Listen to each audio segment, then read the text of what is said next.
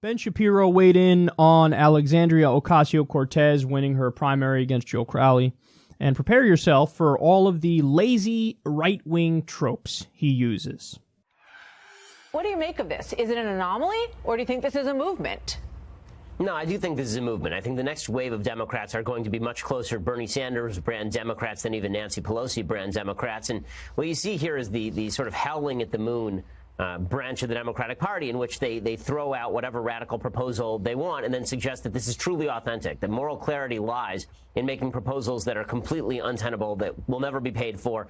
You know, this person was on MSNBC this morning, and she was asked specifically about how she'd pay for all of this, and she proceeded to blab for a solid 2 minutes without giving an answer to that question, because she doesn't have a way of paying for any of this.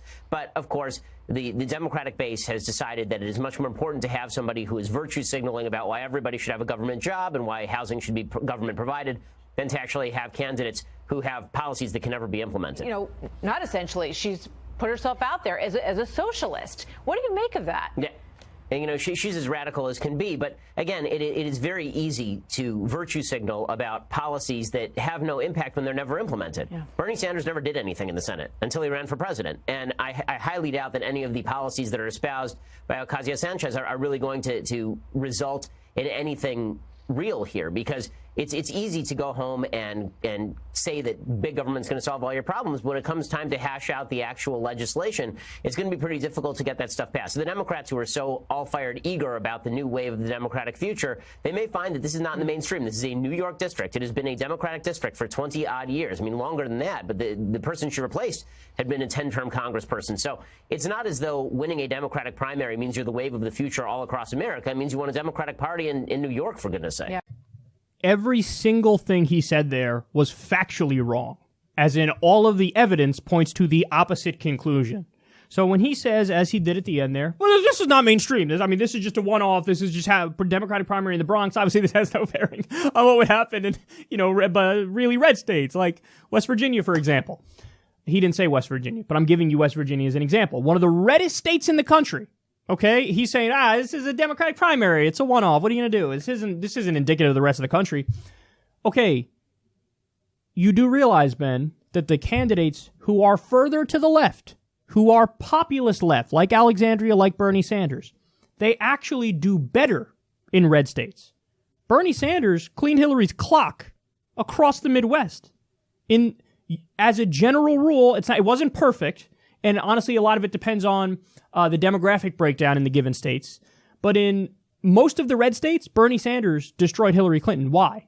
Because it turns out people don't know that much about ideology. They just listen to the policies you put forth, and they say either they agree with it or disagree with it. So even though Bernie Sanders is significantly to the left of any other elected politicians and any other politician who ran in the Democratic Party in 2016, people who self-described as more conservative voted for him, supported him. When you look at West Virginia, they led the fight, a working-class fight for teachers. We just discussed that not that long ago, and that spread, by the way, to Arizona and other places as well. So this idea that, come on, these ideas can't win in the middle of the country, complete and utter nonsense. There is a rich history of working-class socialism in the Midwest. And in fact, what we've seen is the more Democrats have abandoned that philosophy and become corporate neoliberal centrists. So in other words, the more the Democrats have agreed with Republicans, the more they get destroyed in those places. The further left they go, the more populist they go, the more support they get in those places. So he's wrong when he says that. He says this is not in the mainstream. Well, actually, Ben, when you go issue for issue, it is right in the mainstream. You name the issue, I'll tell you the number, and Alexandria Ocasio-Cortez has taken the proper position. You know, this idea of this isn't mainstream stuff. So, Alexandria, for example, was in favor of ending the drug war and legalizing marijuana. Now it's over 60% of the country that wants to legalize marijuana. Alexandria wants Medicare for all. Now it's over 60% of the country that wants Medicare for all. She wants to raise taxes on the rich. It's 58% of the American people who want to raise taxes on the rich. She wants free college. Again, 58% of the American people want free college. There are more Republicans that want Medicare for all than don't. This notion of come on, this isn't popular. Are you kidding me? It's overwhelmingly popular. Did you know 80% of the American people want to raise the minimum wage? Well, Alexandria, one of the main things she's fighting for is a living wage. So don't, like, he just says shit, and it's conventional Washington bubble wisdom 101, but it's just wrong. He's wrong. And don't take my word for it. Please don't take my word for it. Go to the polls. Don't take Ben Shapiro's word. Don't take Kyle Kulinski's word. Go to the polls. You look at Alexandria Ocasio-Cortez's policy positions, then go look at the polls, then you tell me if this is, quote, not in the mainstream or not. And by the way, you know how I know this? Who wrote the original Justice Democrats platform that Alexandria Ocasio-Cortez signed on to? Me. And I know because all I care, I eat, sleep, live and breathe policy. I know that virtually everything in that platform is overwhelmingly popular, has a majority of the American people on our side. So, Ben, you just don't know what the fuck you're talking about. Do you understand that? You don't know what you're talking about. I know you talk fast, so you think, oh, I'm really intelligent, and I've fooled people into thinking I'm a fucking genius. But just because you talk fast doesn't mean dick. Doesn't mean anything. And just because I curse doesn't mean I'm unintelligent. See, I know I have to bust through all these myths for some people who don't get it, and they just fall for surface-level garbage. Okay. Then he says, well, Bernie Sanders didn't do anything. Well, first of all, if he didn't do anything, that would still be forgivable because he's the only person of his ideological stripe in the entire Senate. I mean, maybe Elizabeth Warren is somewhere in the same ballpark as him. Maybe not. Maybe. But, so he could be forgiven if he didn't do anything, but that's not even true. There are articles written that describe Bernie Sanders as the Amendment King, and they go through the litany of provisions that he was able to get into major pieces of legislation. So he did a tremendously solid job, given the fact he had nothing to work with. Then he describes Alexandria Ocasio-Cortez as she's as radical as can be. Again, I submit to you, if you're saying that, then what you're saying is the American people are as radical as can be. Because her opinions are right smack dab in the center of the American people and what they want. And then finally, there are a few parts of this I can't. It annoys me beyond description. He accuses her of virtue signaling. No, Ben, no. The idea of virtue signaling is like, oh, somebody trying to say they're a good person without really even doing anything noteworthy, saying anything brave. You know, it's like at a fucking Hollywood award show and somebody gets up there and they're like, I'm against racism. It's like, oh, congratulations. What a bold fucking take you have there. That's virtue signaling. Ben, it is not virtue signaling to have very clear policy ideas that would help the American people, and you run on those ideas and you try to get those ideas implemented. That's not virtue signaling. That's being a good person, being a good politician, and fighting for the American people. It's democracy in action in the way it should work. So you don't just get to throw out like your fucking right-wing buzzwords at any time and act like, oh, this is a good virtue signaler. You actually want to improve people's lives and make it better. Why don't you want to objectively make it worse? I don't understand, virtue signaler. And then he says, it's untenable. It will never be paid for. You can't pay for it. And this is the howling at the moon left. Well, again, howling at the moon left, that's the majority of the American people, according to every poll, in terms of the policy idea she's pushing for. And the idea will never be paid for. Ben, virtually every other developed country already has the things that we're calling for. Slovenia managed to do free college, but we can't do free college? What happened to we're number one? America's number one. We're the greatest country on earth. Except we can't necessarily catch up to Slovenia when it comes to higher education. See, it's just beyond frustrating. I can't. It's so... Because they say things that are so radical, so extreme, so outside of the realm of that which is reasonable, but they flip it on you and act like you're the crazy one. When all you're doing is looking at the polls and looking at the rest of the developed world and going, hey, we could do that. Hey, we could be just like every other developed country. 45,000 people die every year in the U.S. because they don't have basic health care. We can fix that. We can fix that. Medical bankruptcies is one of the top causes of bankruptcies in the U.S. We can fix that. About 30 million people don't have health insurance. We can fix that. We could definitely fix that. We can do Medicare for all system. And when he says it can't be paid for, not true. Medicare for all, for example, saves $17 trillion. That's not my opinion. That's a fact. There were countless articles written when Bernie was running on Medicare for All about, what he doesn't tell you, it costs $32 trillion. $32 trillion. We can't afford that. Now, why is that massively misleading?